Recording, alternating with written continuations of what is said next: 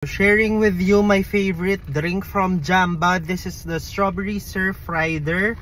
Wala na siya sa menu and inas ko, nasa underground menu daw siya. And ito kasi talaga yung go-to ko sa Jamba Juice. Kaya hinanap ko siya dun sa menu, wala siya. Pero inas ko dun sa cashier na yun nga, nasa underground menu daw siya.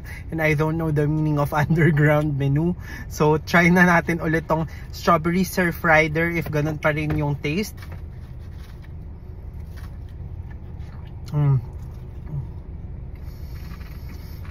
So the taste is still the same.